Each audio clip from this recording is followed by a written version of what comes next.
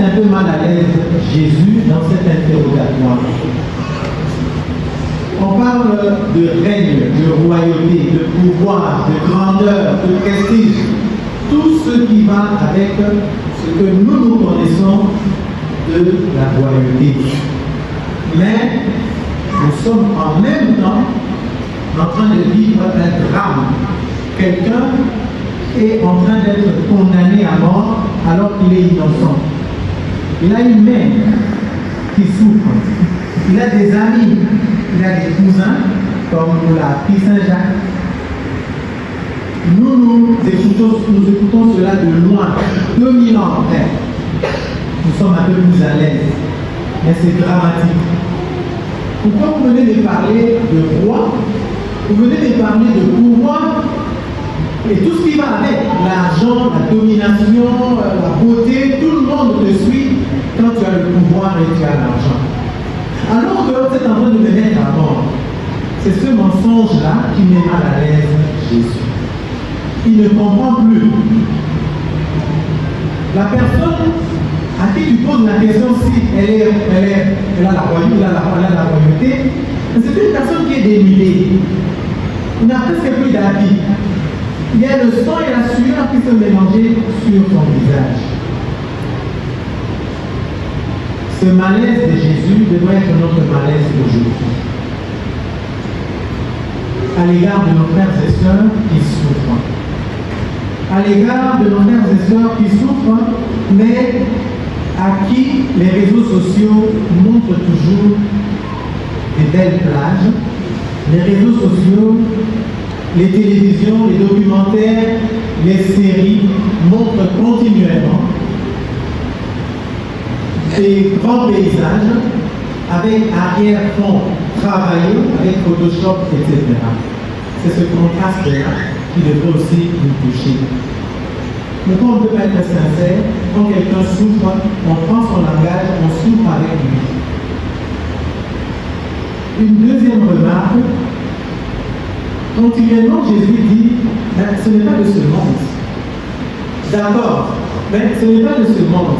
De ce monde, ça veut dire quoi? Notre monde à nous. Ce monde où nous avons donné tellement d'importance à l'argent. C'est très beau. Moi, j'ai suivi le pasteur Dallo. Il y a un conflit maintenant, enfin un conflit, leur discussion habituelle, hein, qu'il a de l'argent, du pouvoir. Mais il y a le passage où il dit quelque chose qui est magnifique. Et il dit, mais moi j'ai choisi de servir le Seigneur. Et c'est le Seigneur qui m'a appelé. Je ne peux pas courir derrière l'argent. C'est l'argent qui doit venir vers moi. Alors il donne différents témoignages pour dire, bon, on ne sait pas si c'est vrai ou faux, mais pour dire, il n'est pas là en train de mendier l'argent des politiciens. L'Église ne mendie pas l'argent des politiciens. Enfin, il est en train de dire simplement que quand on est dans le registre de Dieu, nous devons faire l'effort de nous convertir pour dire, c'est un autre niveau. Jésus est déjà Dieu. Il est fils de Dieu. Et il l'a reconnu pendant son enseignement. Et d'autres l'ont reconnu. Le premier, Jean-Baptiste. Celui qui s'habillait comme un vagabond, qui mangeait très modestement. Aujourd'hui, on dirait qu'il mange seulement les mains que les autres. C'est celui-là qui a reconnu Jésus. C'est les pauvres, c'est les humbles qui reconnaissent la grandeur et la divinité de Jésus. Mais pourquoi vous voulez me coller encore le titre de roi? Je n'en ai pas besoin. Bon, si vous voulez me coller ce titre-là, d'accord, mais ce n'est pas de votre monde. C'est l'univers, universum. Hein? Toutes les versions en un seul. Un et vert. C'est ce qu'on dit aussi cosmos. Le cosmos. Je suis roi au-delà de vous. C'est comme ça qu'il va dire dans Saint Jean, vous pouvez demander à tout le monde de se taire, les pierres vont m'acclamer. Jésus est roi, a le pouvoir au-delà des hommes. Mais nous, les hommes, nous nous donnons le pouvoir les uns les autres. Raison pour laquelle l'Église a dès le début refusé l'élection. Au départ, il y avait des élections. dans le temps, c'était le tirage au sort. Souvenez-vous, dans l'Ancien Testament, quand Judas a commis son impair, la carte de trahison, pour trouver un substitut, on a jeté au sort. Et souvenez-vous, Zacharie, pour avoir son tour de servir au temple comme prêtre principal, on tirait au sort. Et puis petit à petit, la mentalité a évolué. On a commencé petit à petit à suivre les Grecs à élire.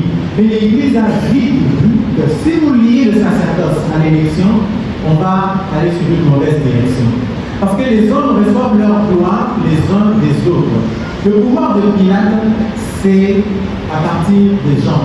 Il doit plaire aux gens. Raison pour laquelle finalement il va condamner Jésus alors que Jésus n'était pas condamnable, n'était pas coupable. Alors Jésus a un peu peur. Il dit, pas de ce monde. Monde comme réalité, mais monde aussi comme pensée. Ce que vous pensez, ce n'est pas ça.